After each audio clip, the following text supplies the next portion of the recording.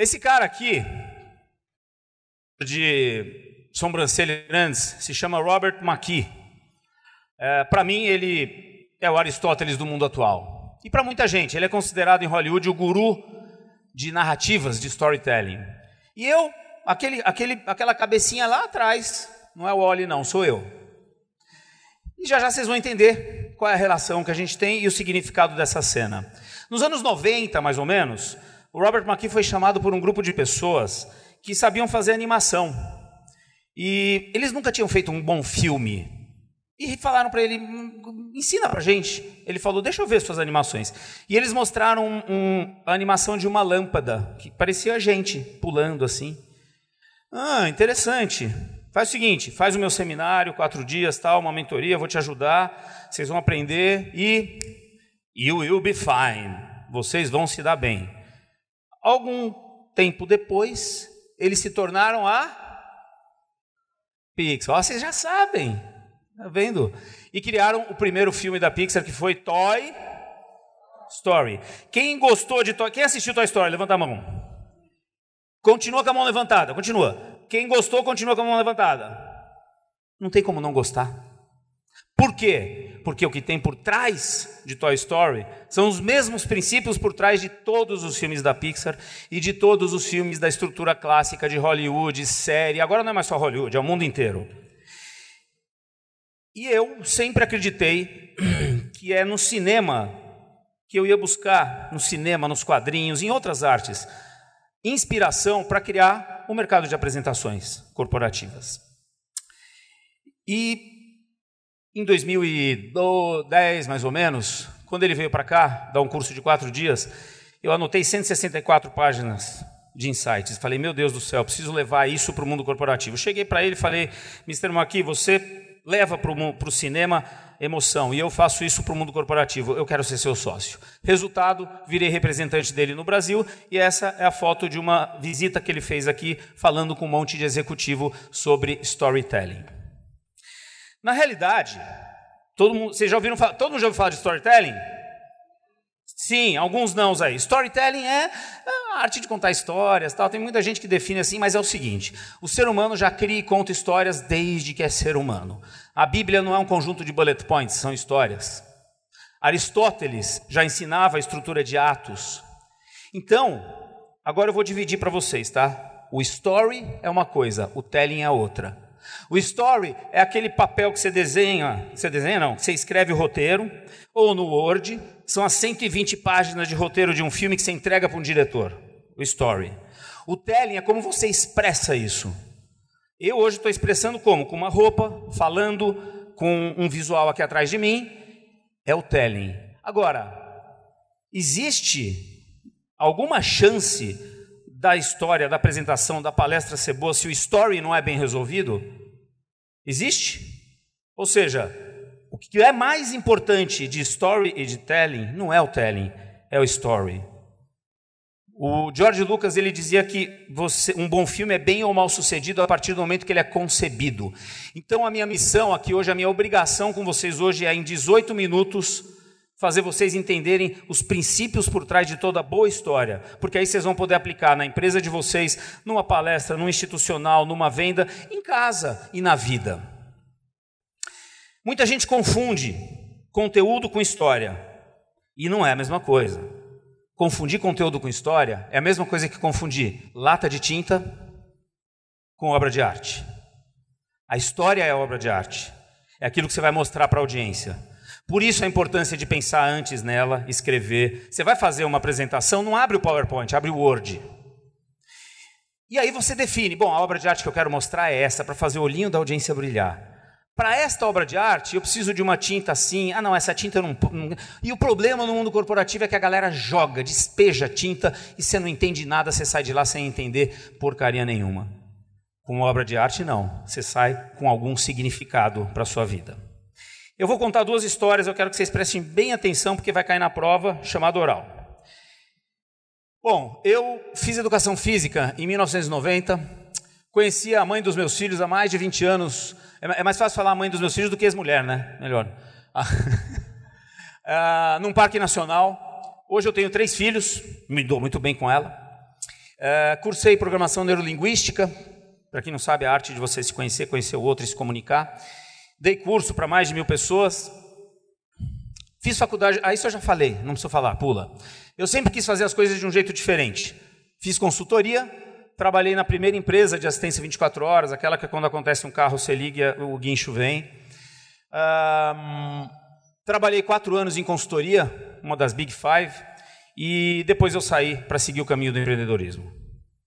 Agora, vira a página. Eu vou contar outra história. Do menino que só tinha uma chance. Esse menino sou eu. Quando eu era pequeno, eu queria aproveitar a vida como se fosse aquele momento intenso. O Alfred Hitchcock dizia o seguinte: um bom filme, uma boa história é a vida sem as partes chatas. Olha que legal. E eu então queria tirar as partes chatas da minha frente. Tanto que eu fui estudar num colégio que a média era 3,5. 3,5 você passava. E eu fiquei em recuperação, cara. Porra! Mas tudo bem.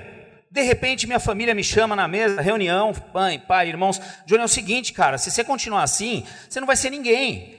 Você fica aí fazendo bagunça, não quer estudar e tal. E aquilo mexeu comigo. Eu falei, tá bom. Eu vou fazer o que eu acho que está certo. Então eu escolhi a faculdade. Quando eu escolhi a faculdade, eu não escolhi administração ou direito. Meu pai era filósofo, falava 8 línguas, tal, intelectual. Eu escolhi a faculdade de educação física. 3 aninhos na época. Era mais rápida para acabar e era que eu podia fazer mais bagunça. Legal, eu jogava vôlei na época. Primeira semana, diretor para o carro. Tem uma galera que quer riscar o carro dele. Fala, não faz isso. Ao invés de riscar, murcha o pneu. Riscar tem que pintar o carro inteiro. Não. Não, então deixa comigo. Peguei um palitinho, fui lá e murchei um só não é tanta sacanagem, murchei os 2. 2 meses depois, o diretor me chama na sala dele. Eu achava que eu não tinha raiva nenhuma do diretor e da greve, eu estava querendo fazer bagunça. Ele tinha uma televisãozinha na sala dele com uma fita de videocassete, aquela que você rebobinava, se não tomava multa. Ele pôs a fita e realmente eu assisti a cena inteirinha do Johnny murchando o pneu com ele do meu lado. O que aconteceu? Sentei na mesa dele, carta de expulsão. Imagina você ser expulso da faculdade de educação física. Fim da linha, né? Comecei a chorar. Fui sincero com ele, me arrependi. Quando eu olhei aquilo, eu vi a besteira que eu fiz. Não tentei seduzir ou manipular. E aí eu te pergunto, vocês acham que eu me formei ou que eu fui expulso da faculdade? Quem acha que eu me formei? Alguns. Eu me formei mesmo. E esse é ele, esse sou eu mesmo, essa foto existe. Só que não dá para ficar correndo esse tipo de risco na vida, tal. Tem que começar a levar algumas coisas a sério, né? Se bem que o que é sério, né? Chamei um primo meu que veio, trouxe a programação neurolinguística para o Brasil, na época, e ele era um mentor da família. Ele falou, Johnny, vai lá fazer um curso de PNL em Itatiaia, no Parque Nacional. Você vai se conhecer, vai saber mais sobre o outro, rapport, comunicação. Vou lá, 20 dias. Fui. Primeiro dia, passa uma menina no estacionamento. O que aconteceu comigo? Eu nunca tinha me apaixonado tanto até aí. Perdi qualquer intenção de prestar atenção no curso. Eu queria conquistar aquela menina. Na primeira oportunidade, à noite, bailinho, estava lá um instrutor dançando com ela. Falei, não, senhor.